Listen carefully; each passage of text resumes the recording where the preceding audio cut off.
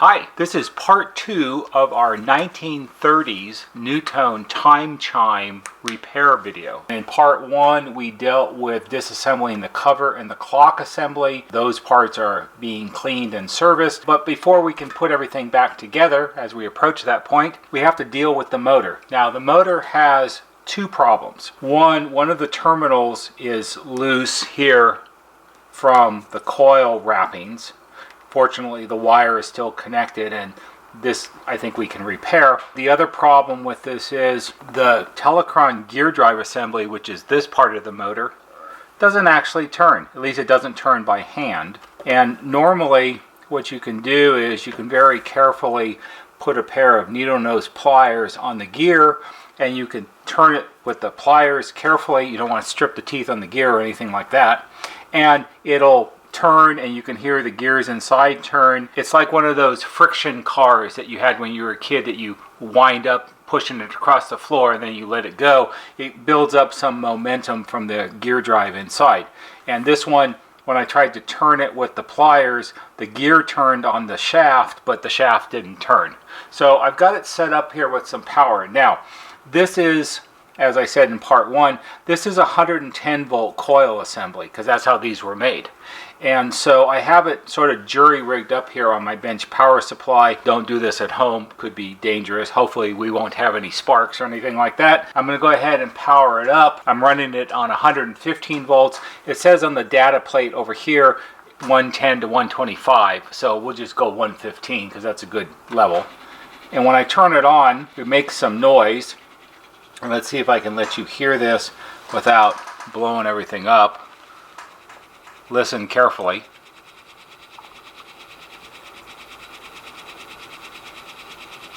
I think you probably could have heard that. It's sort of going chunk, chunk, chunk, chunk, chunk, chunk, chunk, and the gear's not turning, which is not really what we want. So what are we going to do with this? Oh, I guess first, what goes wrong with these typically? I think what usually goes wrong with these, and this is a similar type of Telechron gear drive assembly as they use in the NuTone other 8-note chimes. It's a little smaller because I don't think it requires as much torque because it's just running a clock. Is inside this, when it was made, there was either oil or grease. I get different opinions about what that was. Probably some kind of oil. Since this was made in the 30s, and that makes it more than around 80 years old, I think it gets all hard inside and solidifies, and then the gears won't turn. And you can hear it's trying to run, but it can't. So I've done a video about this before, but I'll sort of review it briefly here, how we see if we can revive this and make it work again. So what we do with these is, I'm going to take it over to our shop toaster oven, which is just like the toaster oven you use at breakfast time in your house, and we'll sit it in there and we'll let it bake at 275 degrees for 20 minutes, and then we'll raise it up to 300 degrees for 20 more minutes, and that will heat the whole thing up to that temperature, and usually it will help liquefy the grease or oil that's inside the case, which will allow everything to turn again. And then when we bring it out, we're going to add some new oil to this, and I'll show you how we do this. I have another video, which I'll put one of those tag things in right here that you can look at. It's how it shows in detail how we do this, and this is common. We've done this on other clocks, and we do it on all the NuTone chimes that we do, so it's kind of an ordinary thing for us to do. So I'm going to stop the video. I'm going to go put this in the toaster oven and set a timer, and we'll look at the other part while this is baking. Gear drive assembly is in the toaster oven, cooking along. So let's go ahead and take these clip leads off, and I'll show you what's up with this. Turn that down. This is turned off, by the way. Alright, so the problem with this is the coil assembly, and there's these two terminals here that where the cord wire was attached to. This one, probably when they put the cord on it or something, they pulled it, and you can see that they sort of tore the covering here, which let the terminal come out of the wrapping, which is not good. So let's go ahead and do this real quick. Heat up the big soldering iron tip because I want to get this solder and these wires off of here. But while we're waiting for that, we can take the coil off the frame which will make it easier to handle. Ah, heated up already. Let's go ahead and see if we can get this off. Whoever did the soldering here, they did a tremendously lousy job. There's one. And the other one will be tricky because it's going to be hard to hold on to, because when you heat it up, oh, it gets hot.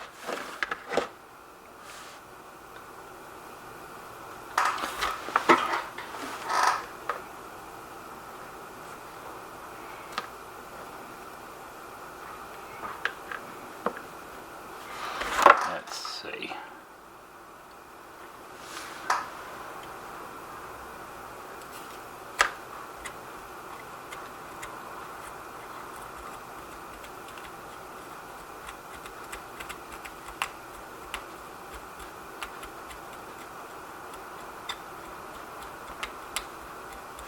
Alright, that's not too bad. Got most of it off for now. So you can see here, I put it like this. Here's the terminal, and right here you can see the little fine wire that comes out of the coil. It's about the size of a human hair, and that's what's wound inside the coil. So this originally, and see, the little hair wire is soldered onto the little notch right here on the terminal, and this is supposed to be stuffed down inside here, and only the part with the hole in it is supposed to stick out through the wrapping, and that's all torn, so it's kind of a problem.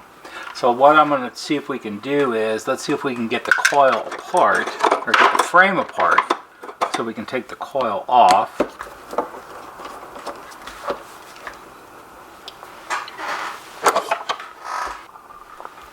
Now you can see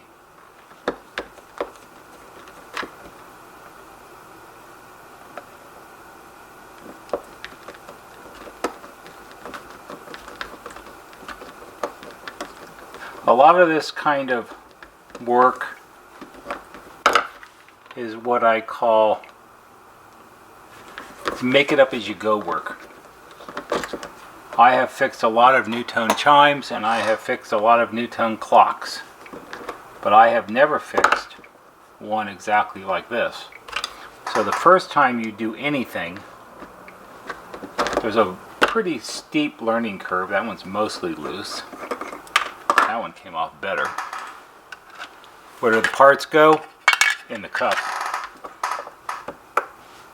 So we'll take the data plate off. We'll take this screw out.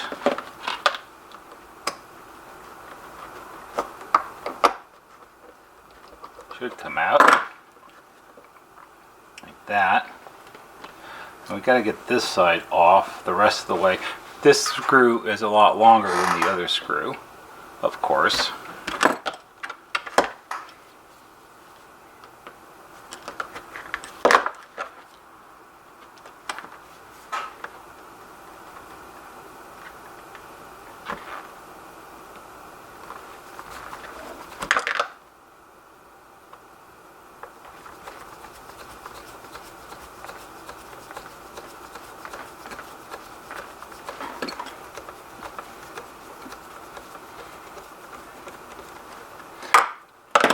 That in the cup, and this one slides out, that goes there, and now we're left with this. So in the center of the coil, this is the coil, there's laminated metal bar that stays on. You can't take that off, and what we have to do is we have to figure out a way to re-secure all of this so that the tabs stick out and it doesn't tear anymore, because ultimately at the end we have to solder a new cord onto this. What we're going to do is we're going to do it a modern way, because I think that'll work out better. So here's what we're going to do. We're going to do belt and suspenders here. First thing we're going to do is I'm going to glue the original covering back in place, making sure that the wire is still connected to the terminal, and it is. And that's pretty much how it should be sitting. So this is gel super glue, which is the kind I prefer. And we'll try really hard to not get it all over our fingers. And that will take a while to set up. The next thing we're going to do is we're going to wrap it with some vinyl electrical tape, because I need something to hold it all together right now. And this is good quality Scotch electrical tape. And one of the things that's good about this kind is that it stretches a lot. And it won't unwrap once you've done it. So we'll wrap it like this to start with. And I know this looks messy right now, but it will get better as we go. Because we have to preserve the coil, if at all possible. So what I'm going to do is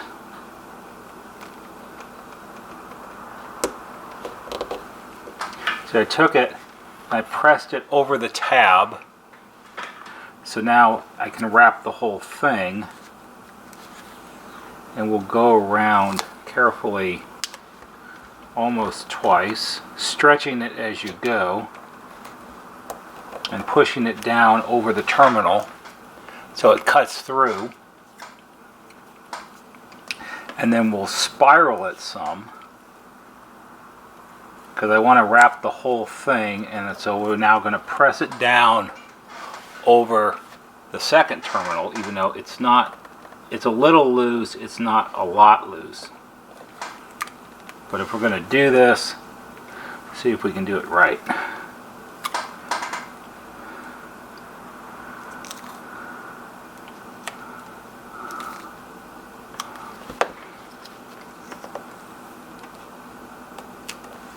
Oops. Don't want to break it.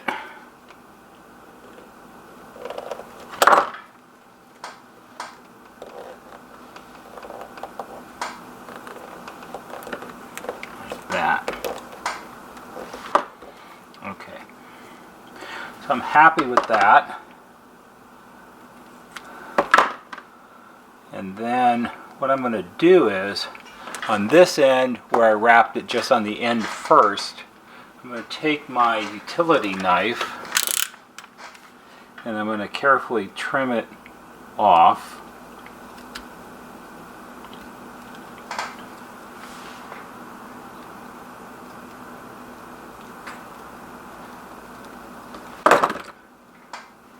Because we want it to be functional, but we also don't want it to be unsightly.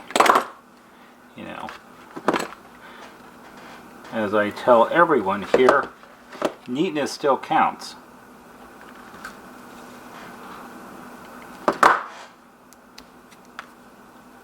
So that's good.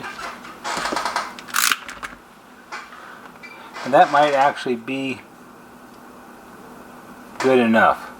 I had another idea I was going to try. Maybe we'll give it a shot just to see. We'll push all the tape down below the tabs. And we'll straighten the tabs up just a little bit so they're a little more uniform. That's pretty close. Not knowing how uniform they were to begin with. So the other thing I was thinking about doing is, this is a piece of heat shrink tubing. It's a piece of vinyl insulating tubing. We use it a lot here. Usually it's small, you put it over a wire and shrink it to cover it up where there's no insulation. And I was thinking we might be able to put that on here. This is maybe too large a diameter. It will shrink, but I'm not sure if it will shrink enough. So we're going to try it. I don't have anything else that I have is smaller, too small. So I just placed it over the terminals and I sort of drug my thumb over it and it made little marks in it. So then I can take the utility knife and make little slits, and then we can put it back in here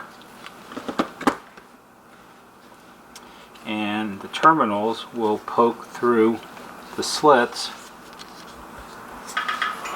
like that. And the whole goal here is to reinforce the coil to the point that it won't fall apart again. Because when you solder the cord on it, which is not the best way to do this, but that's the way it was done originally, when you pull around on the cord, it puts a lot of stress on the coil, and the coil is old, so you know. So what we're going to do is we're going to use our hot air rework station here. Let this heat up for a second. And we'll have to try to do this and not burn our fingers. Alright, here we go. See how much it shrinks. See? Now it may still be too big. Don't know.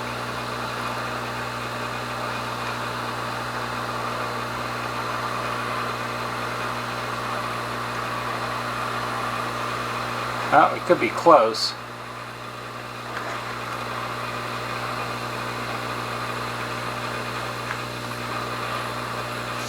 See, it gets really hot. The hot air gun is producing air of 740 degrees Celsius, which is high. I can't do the conversion in my head, but I can tell you for a fact it's too hot to hold on to with your fingers.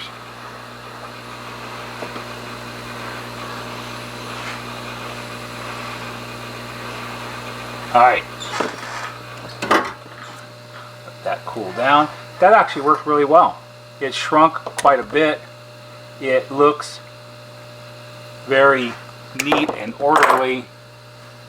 It's like the 2010 version or 2020 version of what they did in the 1930s. So I'm sure if they had heat shrink tubing back in those days, that's what they would have used.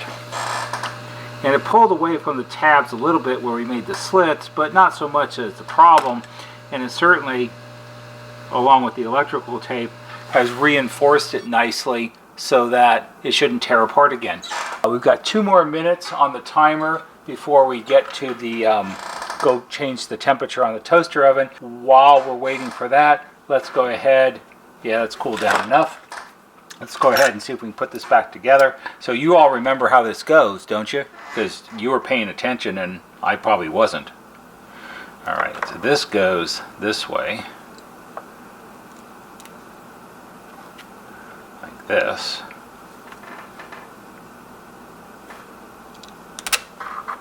And this one goes like this. And see, that would actually be backwards, because see, the terminals are on the inside and that's not where they belong. They belong on the outside, so it's got to go this way. Ha! But you knew that because you were paying attention, weren't you? Alright, so we'll put the nuts back on. And where are our nuts? We know right where they are because they're in the cup, right where they belong.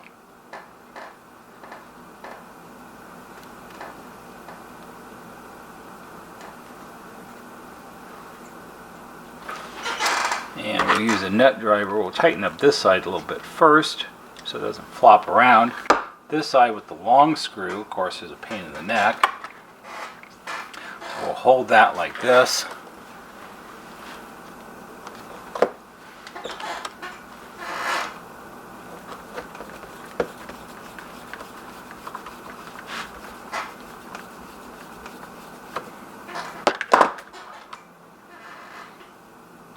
Yep, that looks good.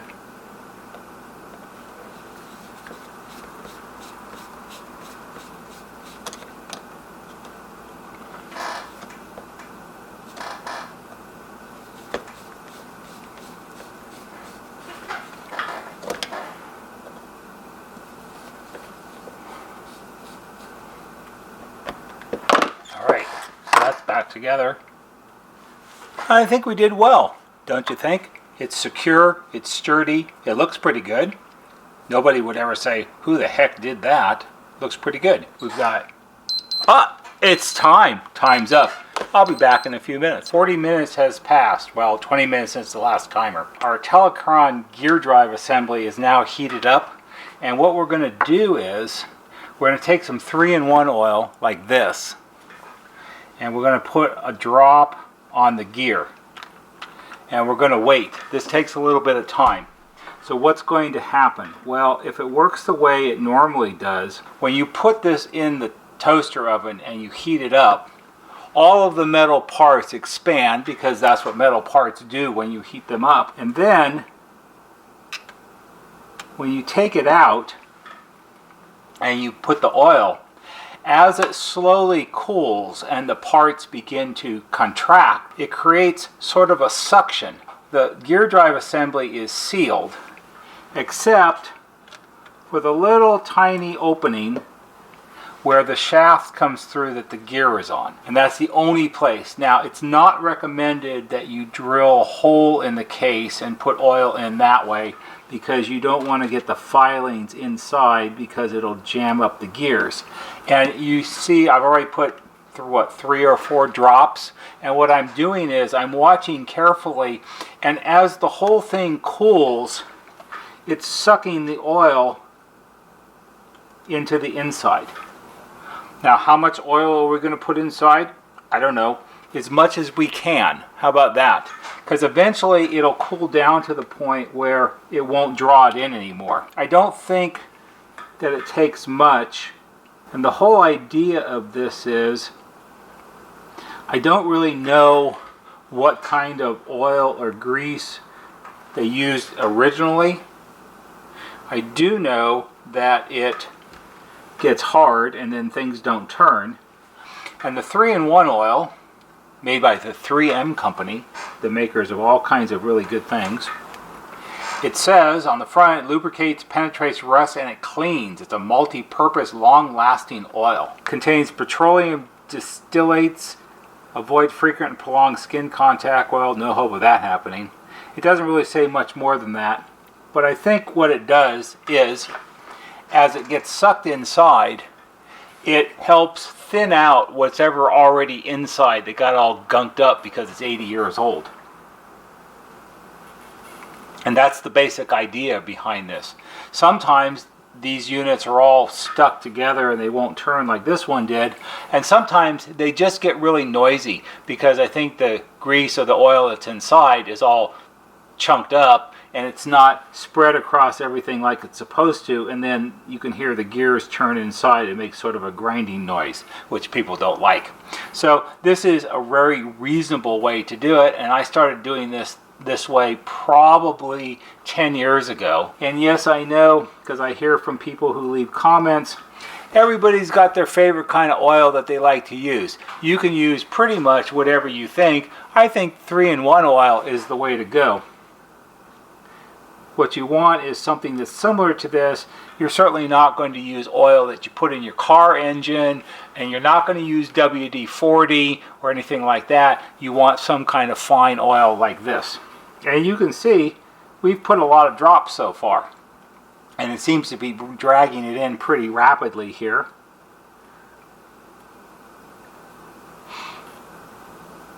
And what we're really trying to do is put a high enough percentage of new oil in to help thin out the 80-year-old mess that's inside of it, and that will make it turn better than it did before. So I'm going to keep doing this until it won't draw in anymore. It's going in pretty fast. I know you can't see it. It's much too close up to see, and I can't focus that closely, but it is pulling it inside, because if it wasn't, it would be running all over the outside of the case because I keep adding to it, and it's not doing that. So it's going somewhere and it's going inside. Now, we could sit here and do this for the next 15 minutes and you could watch me, or I can pause the video and then I'll be back when I'm done. I think I'm going to go with option 2. It's been about 15 minutes and I kept adding oil and adding oil and adding oil, and I went ahead and put the gear drive back in the frame assembly and I have it powered up. And if you watch really carefully, you can see the gear turning. And it's not making that chunk noise anymore like it was before. So what I'm going to do is I'm going to leave this powered up, let it run for an hour or so, and hopefully that will help distribute the oil throughout the gear drive assembly and make sure it still works properly. That's all for this part of this video. I hope you found this interesting, and perhaps for someone it will be helpful. If it is, give it a thumbs up, blurry thumb, because that helps us a little bit. There'll be a banner right here that shows you how to subscribe. Go to our YouTube homepage, click on the bell, and when you click on the bell, click on it to receive all notifications, and every time we post a new video, you'll get a notification and you can watch it. That's all for today. See you on the next video.